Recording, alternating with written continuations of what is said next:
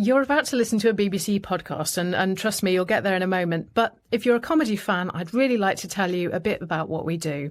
I'm Julia Mackenzie, and I commission comedy podcasts at the BBC. It's a bit of a dream job, really. Comedy is a fantastic, joyous thing to do because really you're making people laugh, making people's days a bit better, helping them process all manner of things. But, I also know that comedy is really subjective and everyone has different tastes. So we've got a huge range of comedy on offer, from satire to silly, shocking to soothing, profound to just general prattling about. So if you fancy a laugh, find your next comedy at BBC Sounds. BBC Sounds. Music, radio, podcasts.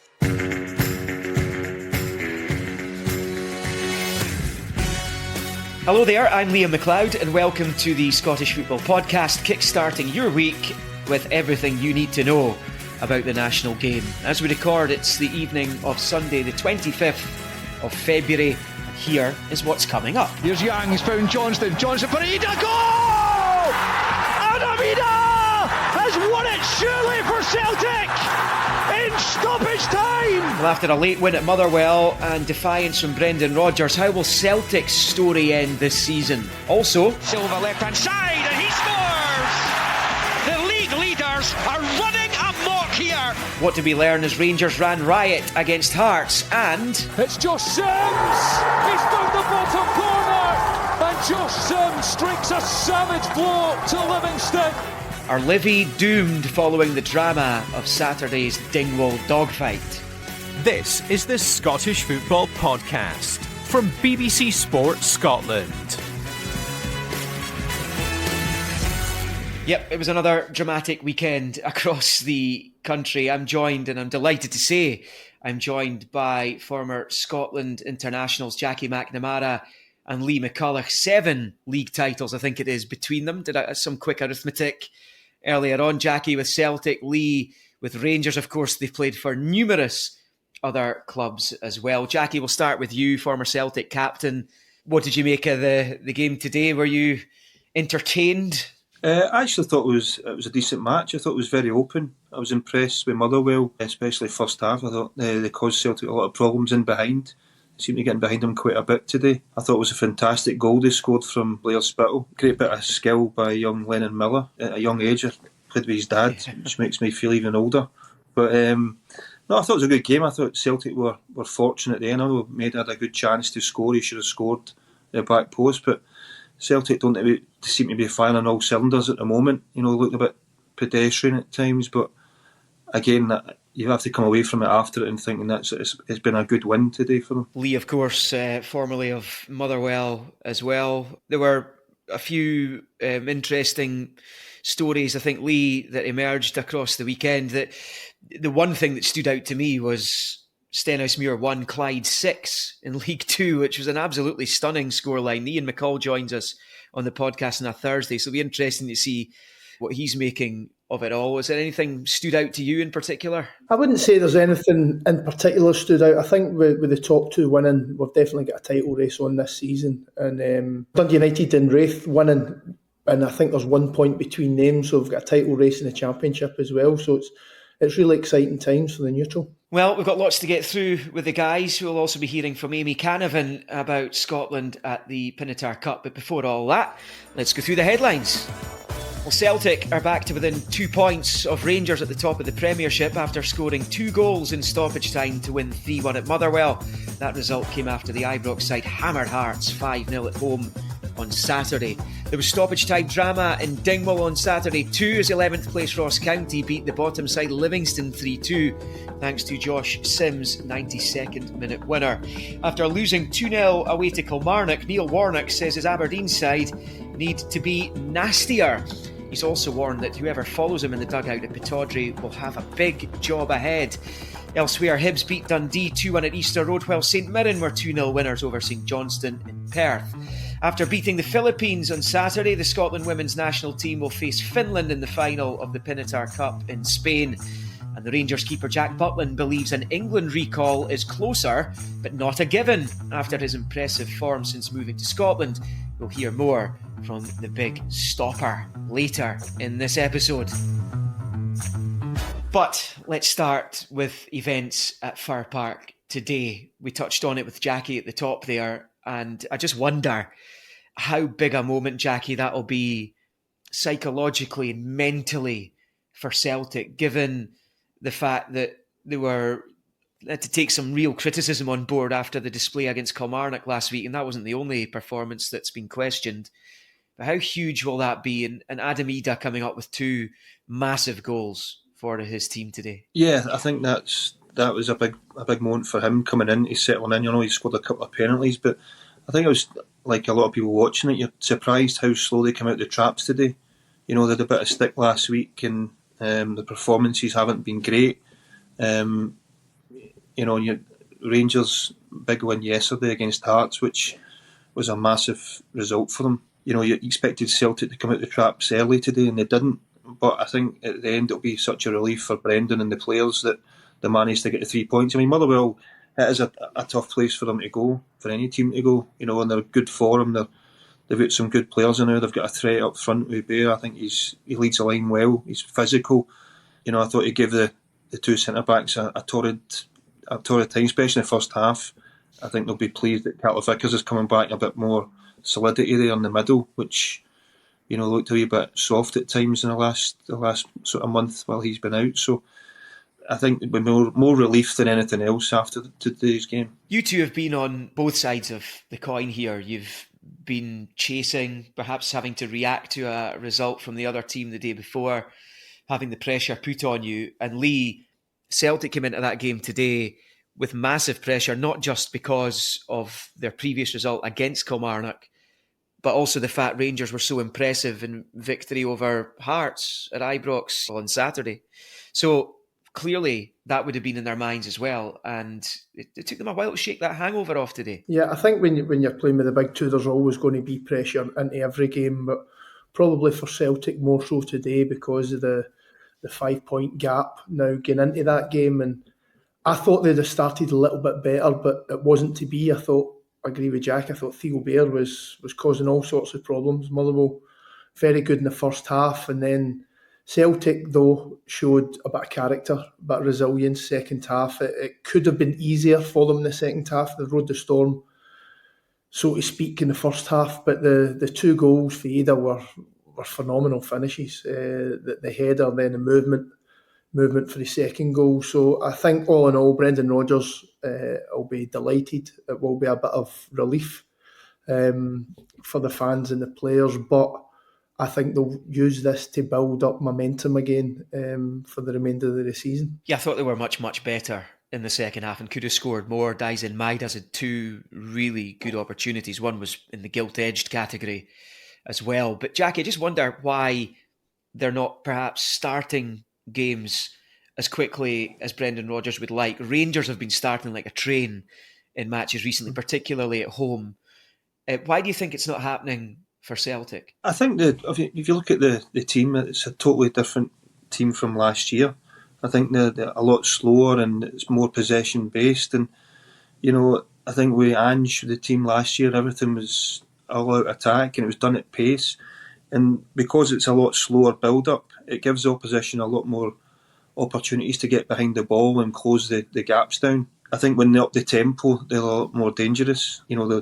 Even the ball's going wide to their wider ones, it doesn't seem to take anybody on. It's more a possession based. They're trying to get somebody else to do the running. So I think it's definitely there for everybody to see that they're not as quick and dynamic as they were last year, which is why you're not seeing the best in Kyogo, because there's not got the space to go into. They've not got the transitions too slow, from middle to front.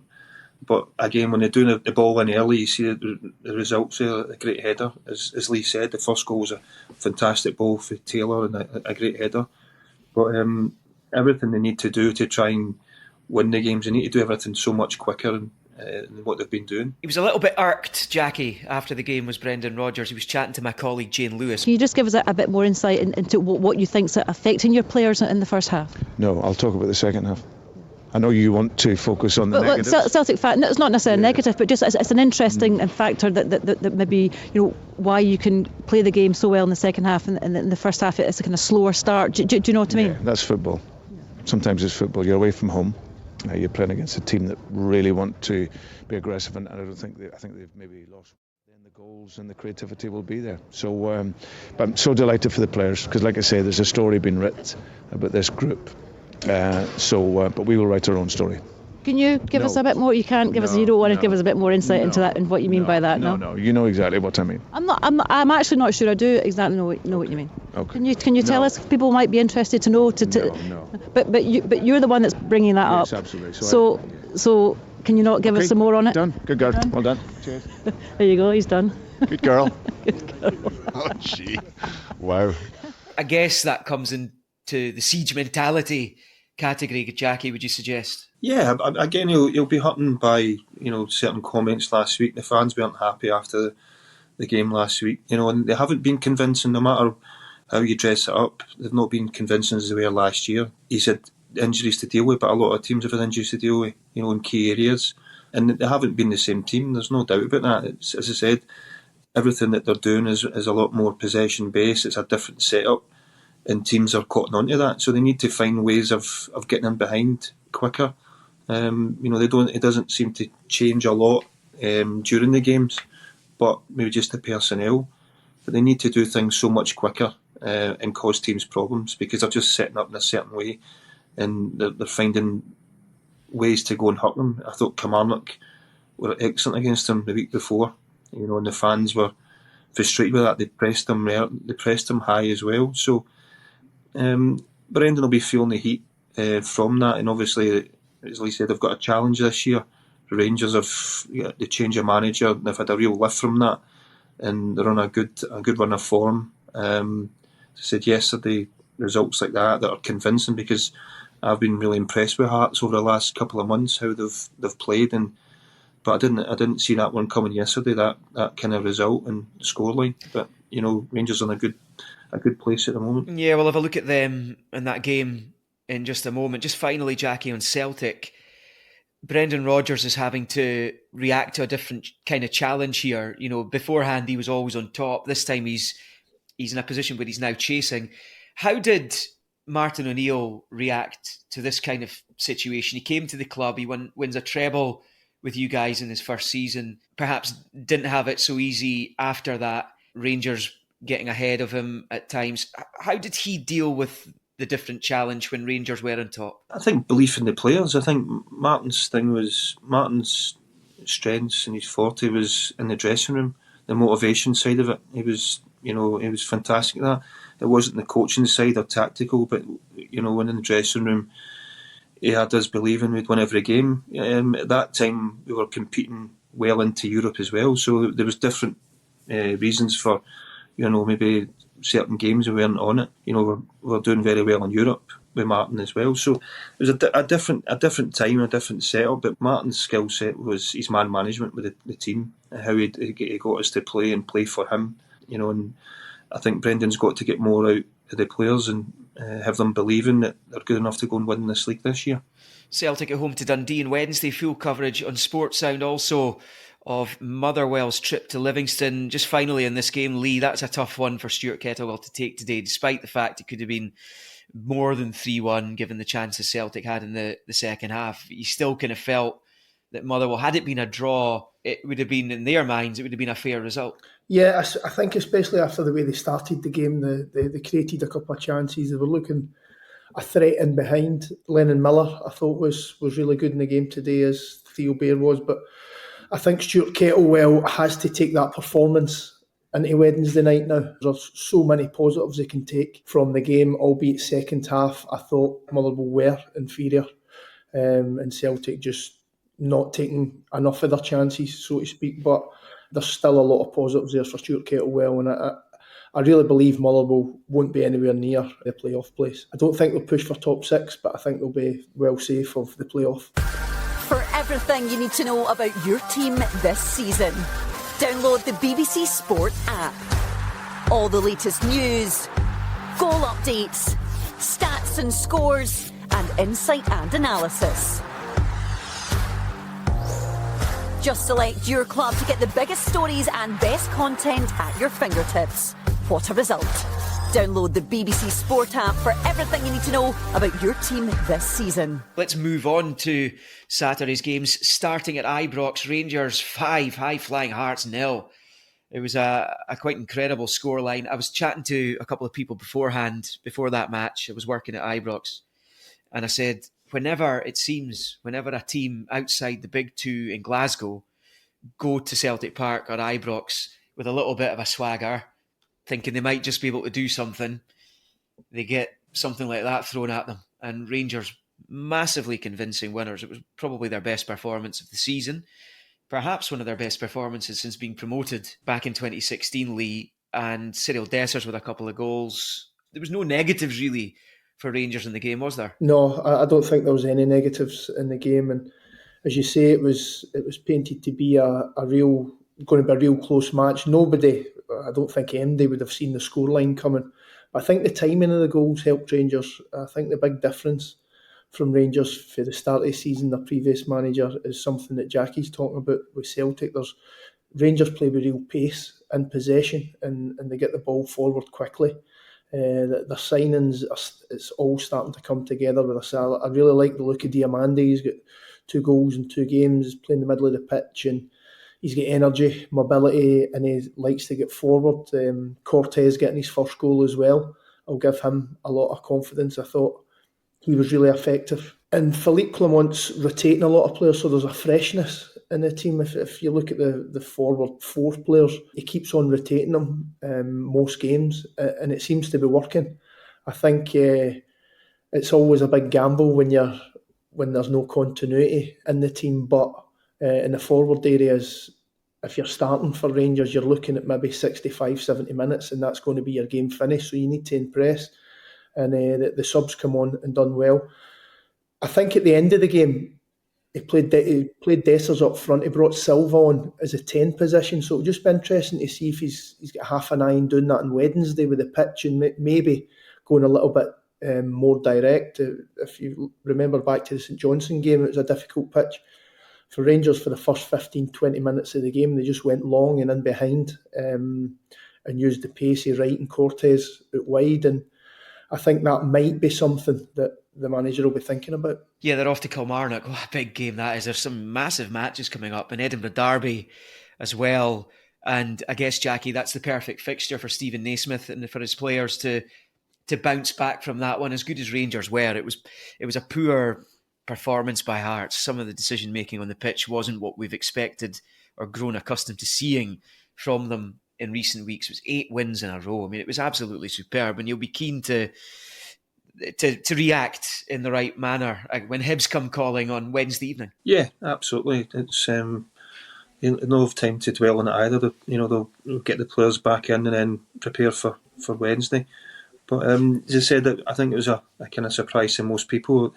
Maybe other games, little mistakes, they'll get away with it. But Rangers were clinical. They scored the goals in good times. Never give them a chance to get back into the game. And Hearts will want to put that behind them and go and put it right on Wednesday for their fans. The bottom 2 in Dingwall. I mean, Livingston have come, Lee, from 2-0 down, got back to 2-2, and then they've shipped another goal to Ross County after that to lose 3-2.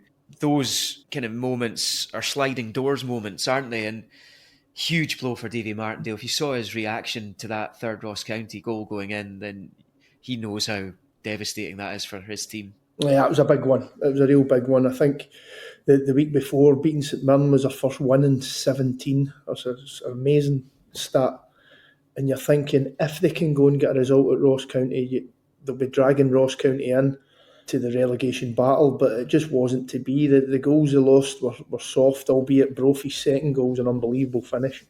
He'll be very disappointed, but they'll keep fighting. They'll keep fighting till it's mathematically impossible to stay up. So I think come the end of the season, he'll have a decision to make whether he stays if they go down, or whether he goes and gives somebody else a chance. In Saturday's other games, it was a really good win for St Mirren. I don't think it was a classic against St Johnstone. The Perth side now, though, Lee, are going to be not the only side, to be fair, but they're going to be anxiously looking over their shoulder now, I would have thought.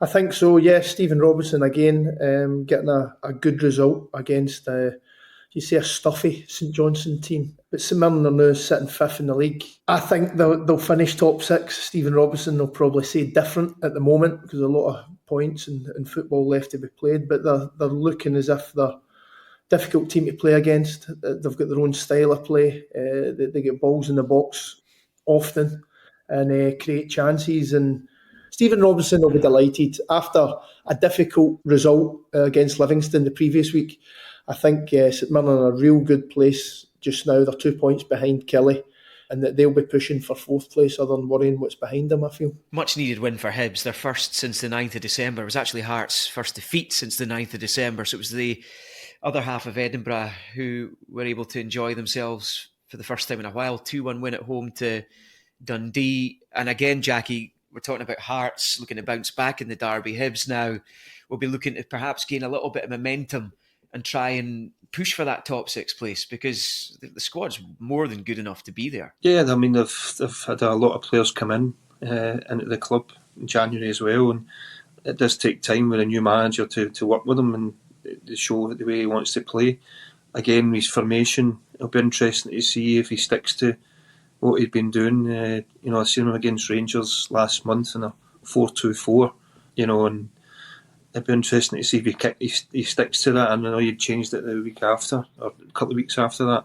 But again, he's maybe just finding, out about his players that have come in, how they're going to adapt to the way he wants to play. It wasn't a massive surprise that they got a result there. I don't know, it was a penalty. The goalkeeper made a bit of a mistake for one of them.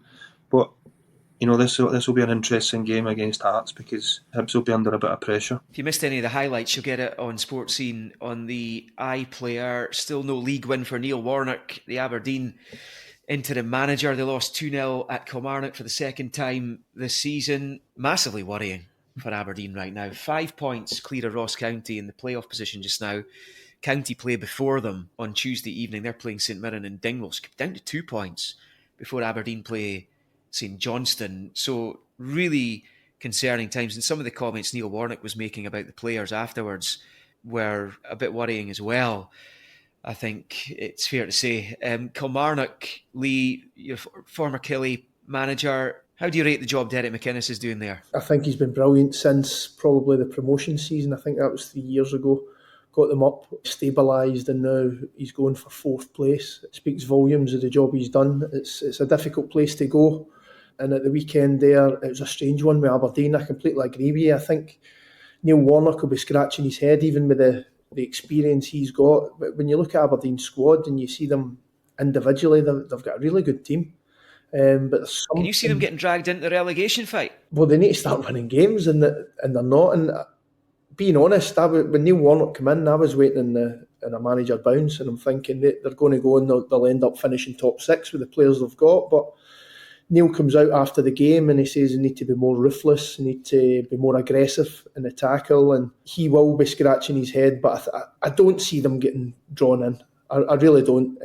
I think they've got too many good individuals, and that was a difficult game for them at the weekend, but they need to start turning it around soon. Well, as I mentioned earlier, the Scotland women's national team are through to the final of the Pinatar Cup in Spain, and to find out more, I caught up with Amy Canavan, who's with the squad. Here's Hayley Lauder for Emsley. Weighted over. Thomas gets a second for herself and a second for Scotland. Martha Thomas at the double in the first half, and it's Philippines 0, Scotland 2.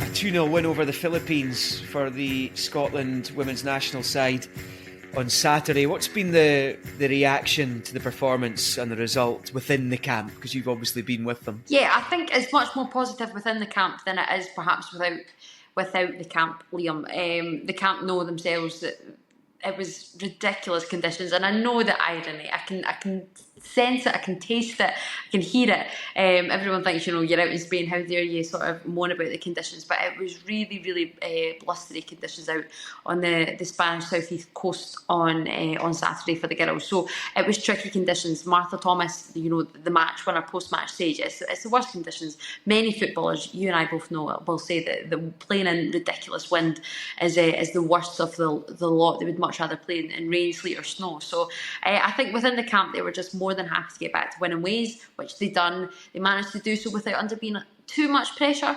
The Philippines had little flurries in the second half, but nothing really too troubling for the Spanish backline. So I think within the camp, they're more than happy and into Pinatar Cup final already. Yeah, no, a positive result for sure. I heard Leanne Crichton talking about it. She'd been doing the commentary online of the match, and she very much was of the opinion that the first half performance was pretty good. It kind of tailed off in the second. Is that fair? Yeah, I think that is fair. I think the first half, again, it's sort of playing with the wind. You get those 2 goals, and Scotland were in full control. Philippines didn't do too much in the first half. The second half, they did sort of come out a little bit, but again, Scotland dealt with it well without really challenging Philippines backline. So the first half was certainly where the action was. The second half, in those conditions, and believe you me, it was freezing.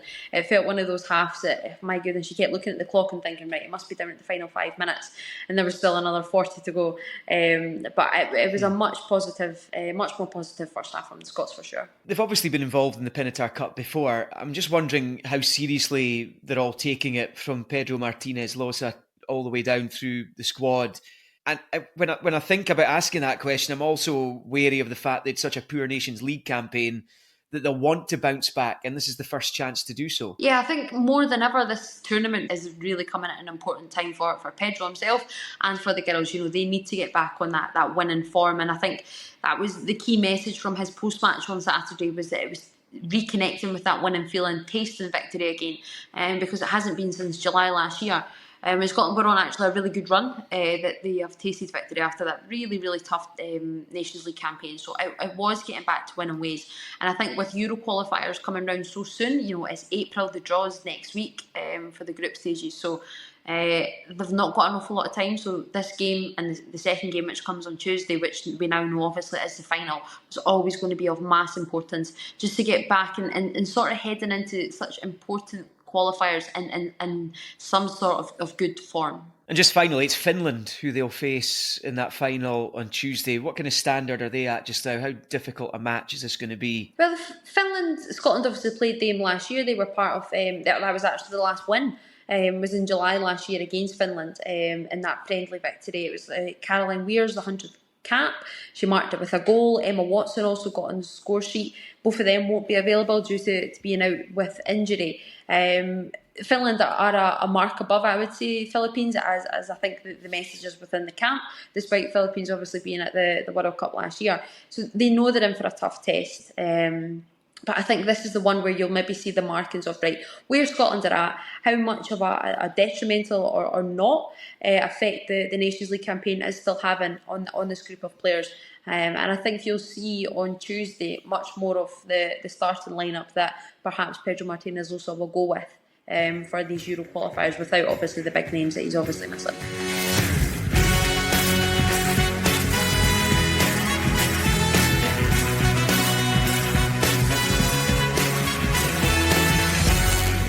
Amy Canavan there, and you can watch Scotland take on Finland in the final of the Pinatar Cup live on BBC Alapa from 1 o'clock on Tuesday afternoon. But before we go, BBC Scotland's chief sports writer Tom English has spoken to the Rangers keeper Jack Butland for an interview that is going to go out as a special standalone podcast later today. But if you can't wait until then, here's a little bit of their conversation. Sometimes a change can just bring some freshness and change things. Doesn't always work. But in credit to the manager, he came in, people see him as this big bad character. He's not, but he could be if he wanted to be, I think. But he came in and set out what he expected. I think the way that he carries himself, he goes to bat for us, so we don't have to go and face all of that. He goes and he's a big bad wolf, if you like, with the media and with the press conferences and all that sort of stuff. And has just got the group in a really, really confident place. Tactically, won't go too much into, but there's things that he's been drip feeding into us all along, how he wants us to play. I think he's sort of not figured out, but got a good understanding of what it takes at this club and what it takes in this league to be successful. You can come in and just go completely one way with a fancy style of football and this, that and the other and pure possession, but you've got to win games. That's the bottom line of this league. And he's come in and he's been clear and about what he wants us to do. And it's about being efficient. Yeah. About being efficient, about creating chances, being forward and getting that ball forward effectively and being extremely difficult to break down, which, you know, we've sort of taken on board, and the boys are doing a good job of implementing that at the minute. And you can hear Tom English's full interview with Jack Butland on the Scottish Football podcast feed from midday on Monday the 26th of February. Time to wrap things up for now though. Many thanks to Jackie McNamara, Lee McCulloch and Amy Canavan. Remember, we publish new episodes every weekday bright and early, so if you haven't done so already, subscribe and follow wherever you get your podcasts so you don't miss out. We will speak to you soon. Bye bye. Just a quick reminder, the Behind the Goals podcast is available every Tuesday with me, Rachel Corsey, and me, Leanne Crichton. It's your one-stop shop for our take on everything that's happening in the world of football. Just head to BBC Sounds or wherever you get your podcasts and search for Behind the Goals. You're about to listen to a BBC podcast, and trust me, you'll get there in a moment. But if you're a comedy fan, I'd really like to tell you a bit about what we do. I'm Julia Mackenzie, and I commission comedy podcasts at the BBC. It's a bit of a dream job, really. Comedy is a fantastic, joyous thing to do because really you're making people laugh, making people's days a bit better, helping them process all manner of things. But, you know, I also know that comedy is really subjective and everyone has different tastes. So we've got a huge range of comedy on offer, from satire to silly, shocking to soothing, profound to just general prattling about. So if you fancy a laugh, find your next comedy at BBC Sounds.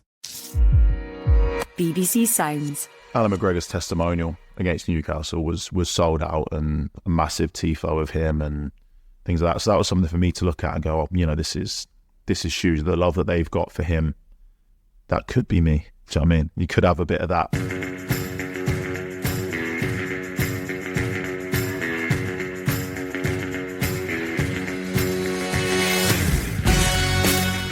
You're listening to a bonus episode of the Scottish Football Podcast with me, Tom English. Coming up is my full interview with Rangers goalkeeper Jack Butland. Sways in between the two defenders into the box, one-on-one. Great save, Butland. Cognac can't believe he's not scored. Jack Butland with his best moment in the infancy of his Rangers career. He talks about the transformation at Ibrox under the big bad wolf Philippe Clement, his description, not mine. He explains why an approach from a Premier League club in January was never going to tempt him away from Rangers, why this is the happiest he's been in his career in many, many years, his England hopes, and lots more besides. It's really good times at Rangers, and I want to, for a second, go back to something that wasn't a great time. And this video I saw the other night, after you lost 3-1 to Aberdeen, which I think was not long off the back of a 1-0 loss to Celtic and the 5-1 to PSV. And the 1-0 on their debut to Kilmarnock. I'm hitting you all as negativity. Be a lot of positivity later on. And a fan kind of grabbed you after that 3-1 loss to Aberdeen, and he wasn't happy. Does that seem like a million years ago? And B, how did you feel in that moment? It does feel like a million years ago, to be honest. That's one of those. I think it's always difficult because the fans expect so much, we expect so much. So you get that, and it had been a difficult start to the season. So a lot had boiled over. You know, us as a group were scrambling. Do you know what I mean? We weren't in a good spot in terms of the group, good people like that worked hard, that wanted to be successful. It wasn't a bad group. It just wasn't working, and we were struggling a bit.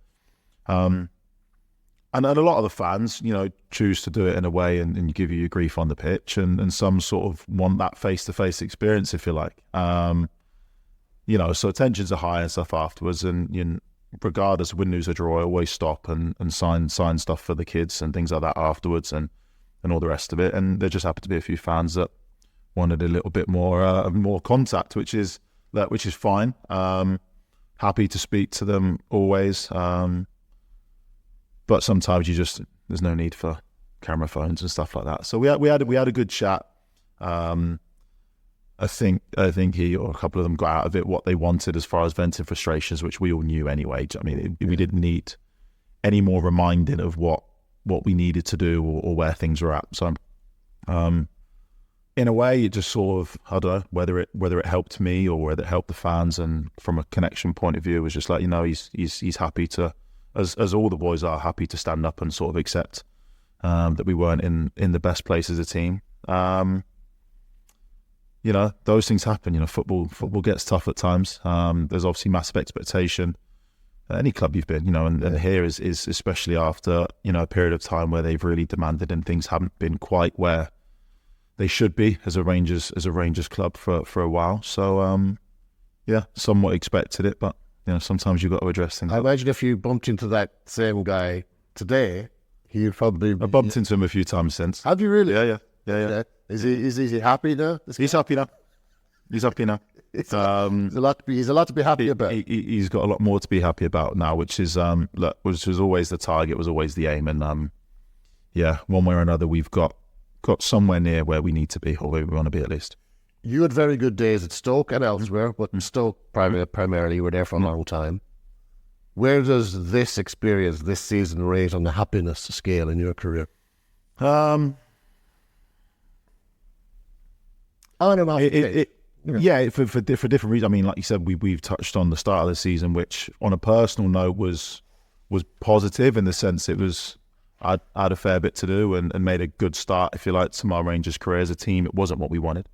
And coming off the back of the last couple of years where I had been desperate to play, hadn't had as many opportunities to play as I would have liked, this certainly goes to the top, because it's almost like a reward for sort of like perseverance and patience, if you like. And I think even if I had been playing, still coming into this environment and a club like this with the support and what it can bring, still would have been right up there. But I think perhaps it's gone to the top as far as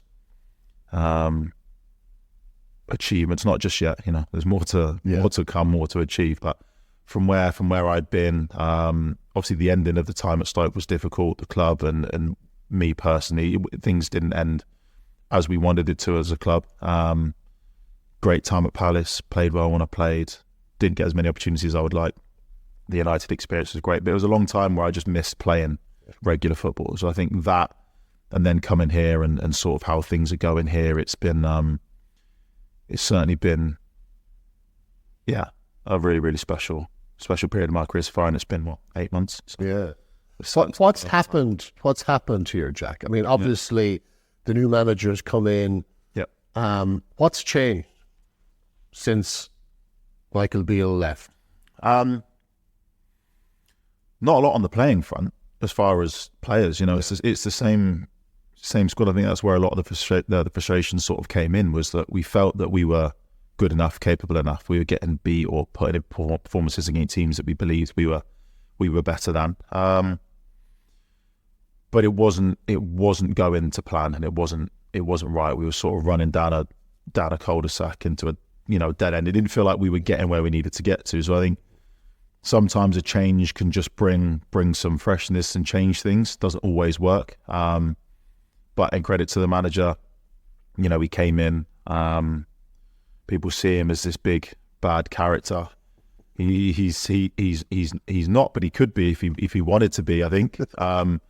But he came in and set out what he expected. I think the way that he carries himself, he goes to bat for us, so we don't have to go and face all of that. He goes and he's a big bad wolf, if you like, with the media and with the press conferences and all that sort of stuff. And has just got the group in a really, really confident place. Tactically, won't go too much into, but there's things that he's been drip feeding into us all along, how he wants us to play.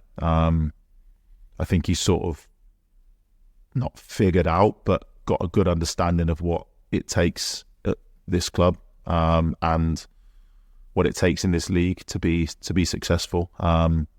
You can come in and just go completely one way with a fancy style of football and this, that and the other and pure possession, but you've got to win games. That's the bottom line of this league. And he's come in and he's been clear and about what he wants us to do, and it's about being efficient.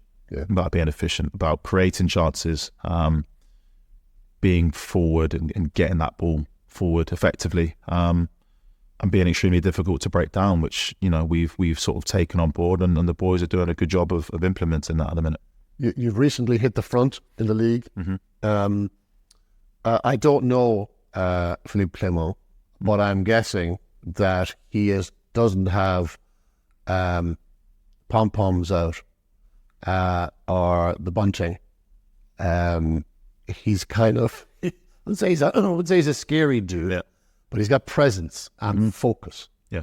So what's the message from him now? Is it the same as... It's that same boring cliche, one game at a time. That's the way it's been since he's come in.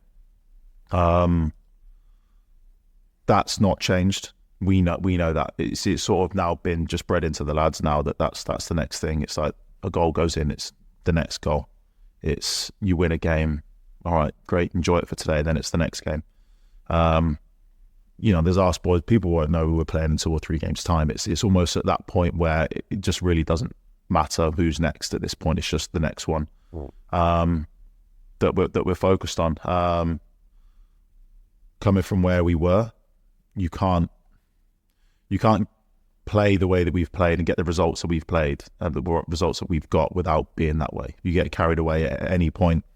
The Betis away game, when seemingly it seemed like we were third favourite to come out of that group, you win it, and then you've got to go into a cup final on a weekend against a tough Aberdeen side at Hampden. You go and win it. You've then got to go again on the Wednesday. So that's the beauty of this league, is there's no time to breathe, if you like. You're just on to the next one.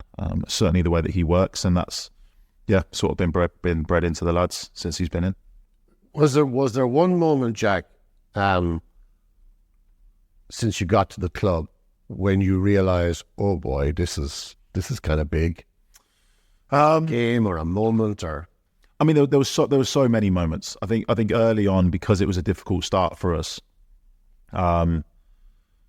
you can't enjoy those moments as much because we weren't playing the way we wanted. We weren't getting the results that we wanted. So you appreciate how great the fans were, but then they weren't happy because the results weren't, because you weren't getting the full experience. If you like, you could tell how big early on. I mean, Alan McGregor's testimonial against Newcastle was sold out, and a massive tifo of him and things like that. So that was something for me to look at and go, this is huge. The love that they've got for him, coming into a club like that, that's, that could be me. Do you know what I mean? You could have a bit of that.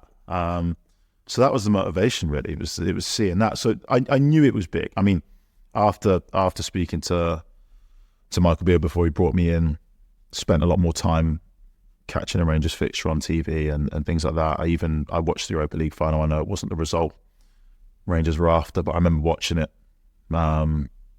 years back and seeing it. So I knew, but I didn't know it was this big. Yeah, I think probably for the European games were the big ones, and then Ibrox last week against Aberdeen was the loudest it's been in a league game so far this season, and that was the point where you just thought, we're where we need to be and heading in the direction we want to be, because everyone was with us start to finish, and the noise that day was like a top European night, and that was the point where you thought, this is where the club should be, and it's firing on all cylinders, if you like. And there was in January interest from down south in you because you're having a terrific season, right? Was there any thought in your head? No. Nah. Right. No, I'm enjoying it. It's too much to achieve. There's too much left to do. Do you know what I mean? So it's no, it was a straight no. Agent said this is happening. I said, he said, what do you think? I said no. He's like, I agree. Club had said no anyway, so it was just a no on. It was a no on all fronts from the get-go, and that was that. Well, we were actually with the team. I think it was deadline day. We were all out. We were all together as a team at a sort of team event, and that was that. It wasn't even a chance. So because I can understand it, because you've probably spent a little while. You had it at Stoke, felt valued, loved in the team, playing week in, week out. Then you don't have it. When you get it back again, you must appreciate it all the more. You do. Yeah. You do. Like people, I've always had the ambitions of being best I can be, play at the top, highest level I can play at, the biggest clubs I can play. That's always been me, full stop. You get older and you appreciate the moments when you're playing. You understand the moments when you're not. You get older. You get older and you realise sort of what's more important. And as much as I love some of the experiences I've had, I miss playing. So if people ever thought that wasn't a motivation of mine, then, you know, they're wrong. It was always, what's the best challenge? What's the best place for me to learn? But ultimately, where can I play? And here's been a feeling and sort of a connection I've not felt with the club for a long time. And yeah, you don't give that up. Give that feeling. Because it's, you know, this isn't a forever career, right? Right. So a season, you know, sitting on the bench or in the reserves, or maybe 2 seasons not playing a lot of football, that's a fair chunk of a career. And it goes quick. Yeah. It goes quick. You know, I think, you know, it felt like I left Stoke, you know, yesterday. It doesn't feel like a long time ago, but you look back at it now, it was almost 4 years. Yeah, about 4 years, 2019. So the Stoke thing, great years at Stoke, Premier League, playing against big games, beating Kevin De Bruyne's Man City, amongst other things, you know, top stuff. But it ends, and it doesn't end the way you want it. And we've spoken about this before, but I think it's very interesting because of the way you've recovered from it. You lost your confidence completely.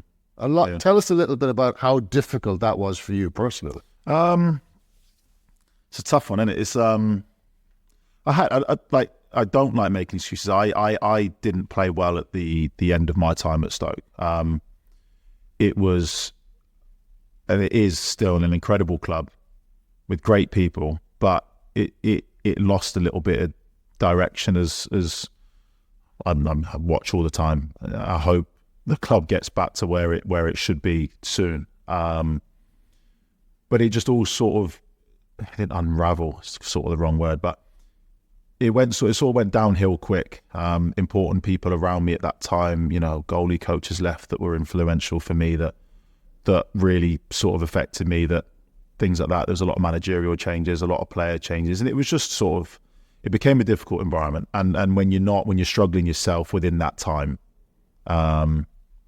becomes a difficult place to be, and then to turn it around ultimately.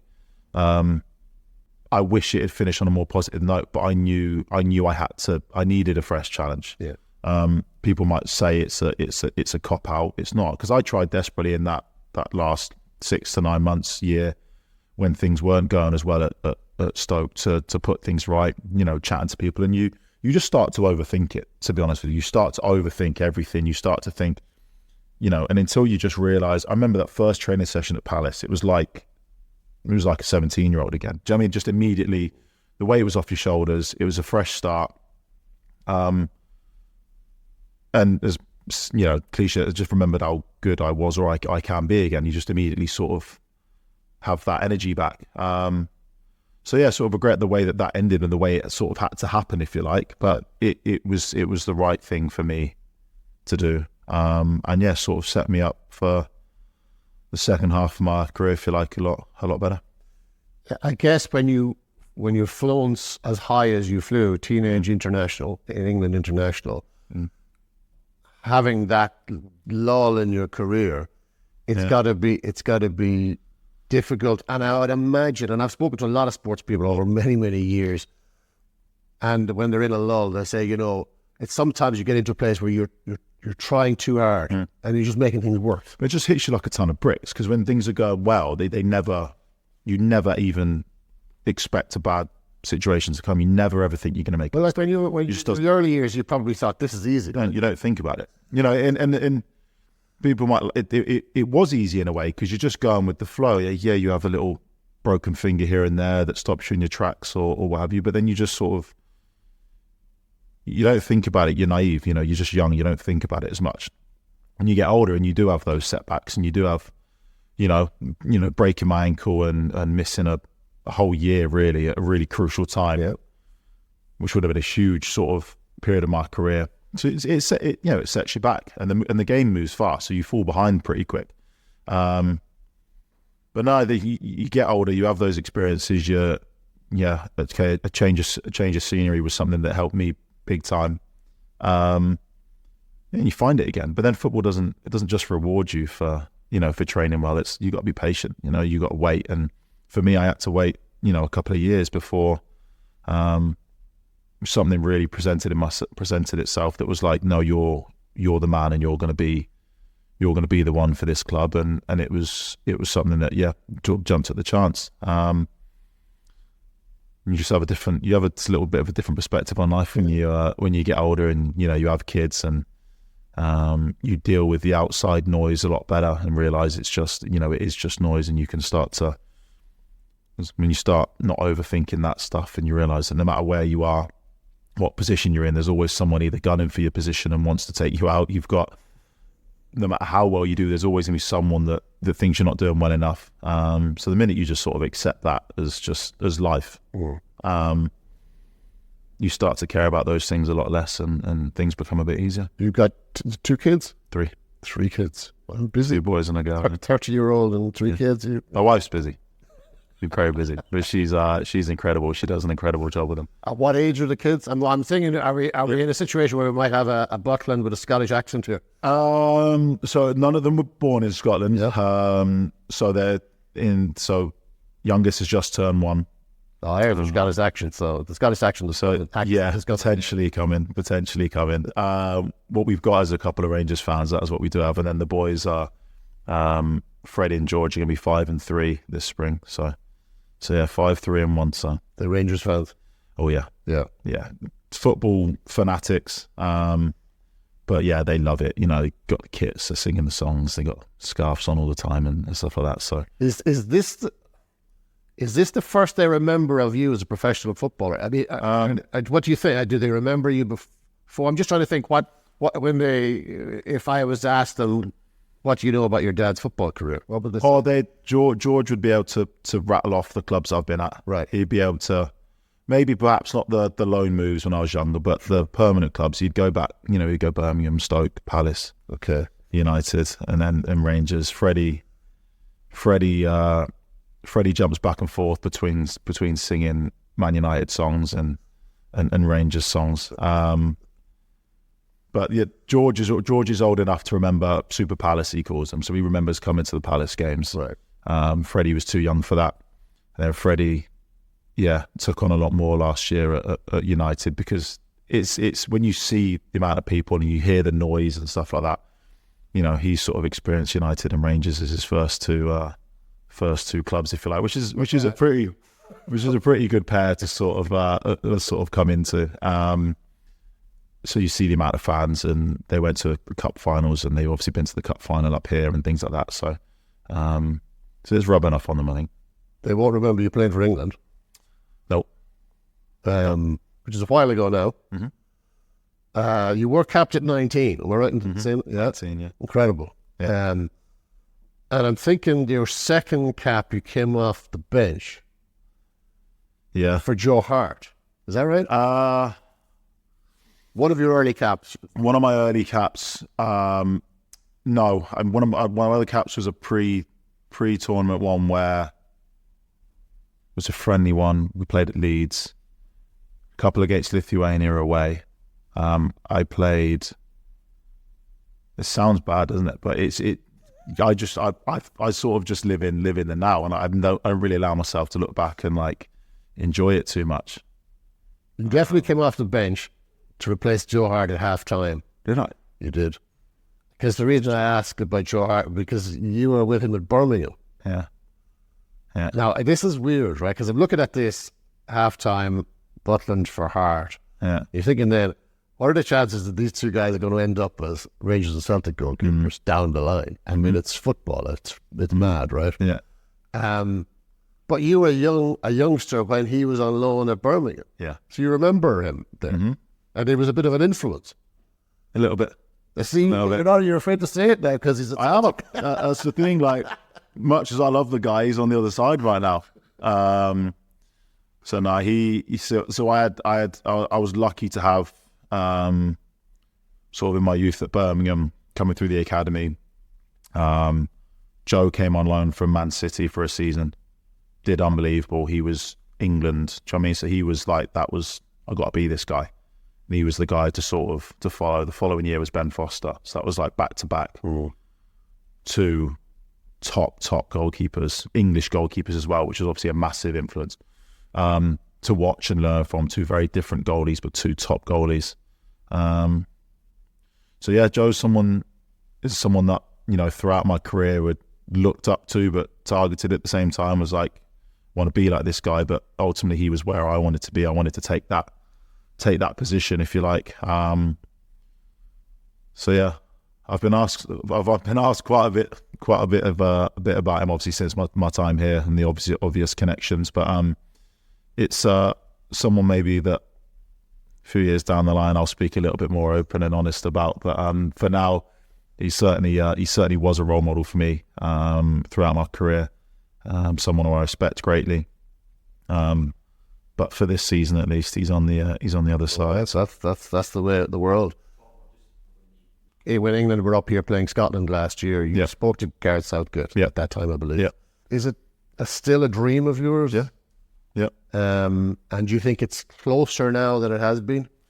Oh, it's certainly closer now than it has been for the last 3-4 years, maybe even 5 years. Yeah, for sure. As good as I've played in that period of time, I still know I'm good enough to.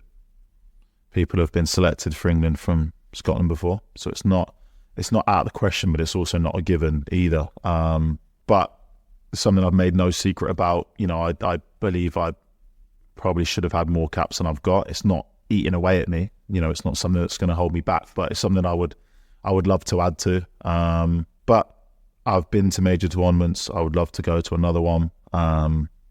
Still believe I can offer a lot. So it's something that has still got great interest to me, but something all along this season, from early on this season, when I was sort of asked the questions, is that comes with doing my job here, and that puts me in the conversation. If that gets me in, great. If it doesn't, then we just carry on. But it would certainly be nice to maybe put the shirt back on again. Do you look at Pickford? Well, you look at the most recent squad: Pickford, Sam Johnston, Aaron Ramsdale. Yeah. Aaron Ramsdale's not playing for Arsenal. Sam Johnston's just a long time out of the Crystal Palace team. Yeah. Pickford, obviously very good. Then as Fraser Forster was called up. Yeah. Nick Pope is injured. Yeah. Newcastle. Yeah. Yeah. So you can't lie awake at night dreaming about it. But no. But it's. I mean, you do the math, and those that are playing, those that aren't. You'd like to think it puts you up there in the conversation. Some great goalkeepers. Obviously, you've got Trafford at Burnley, who's come through the system sort of like I did, and other England goalies did, that's playing in the Premier League, that might be a consideration too. Jason Steele, who I was with in the under-21s with England, has been doing brilliant at Brighton, although they seem to rotate quite a bit, but he's done well. So there's guys that are sort of finding a second win. There's guys that are injured. There's guys that aren't playing, and there's some that are. So if you look at it, there's actually quite a good selection of England keepers to choose from again.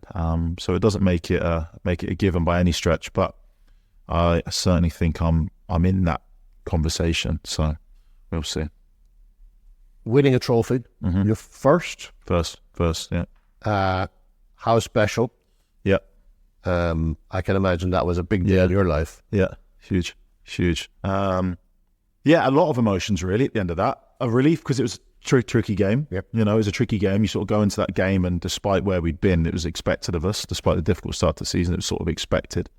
So there was some relief. There was just just sort of an overload of emotion of finally got one.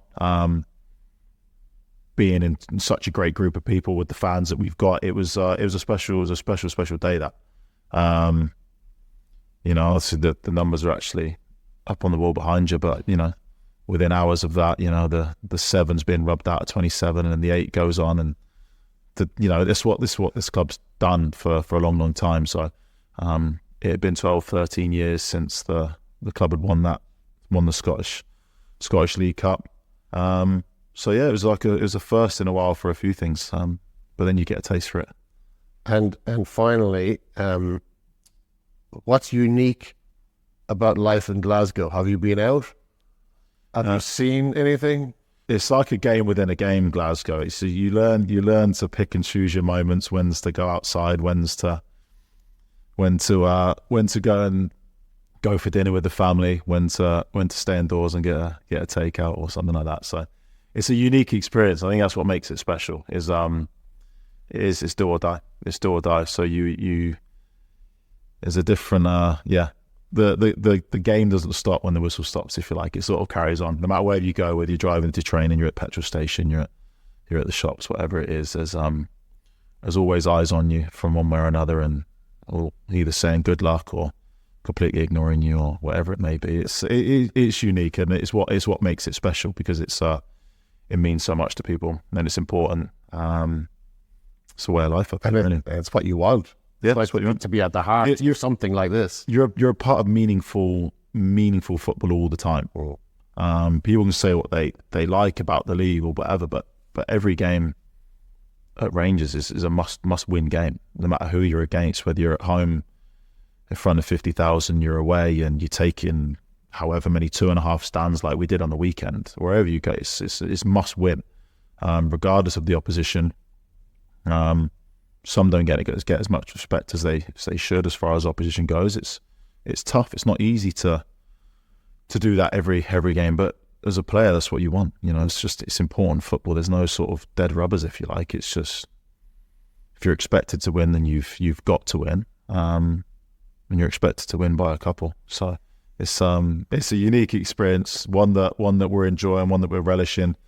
I'm certainly enjoying it. And as a team and a club, we're in a good place. But sort of like that famous Kobe Bryant sort of press conference, and they're sort of trying to tell him at like 2-0 up or whatever it was in the NBA Finals that, how does it feel? His job's not done. So it's certainly not done for us yet. That was great.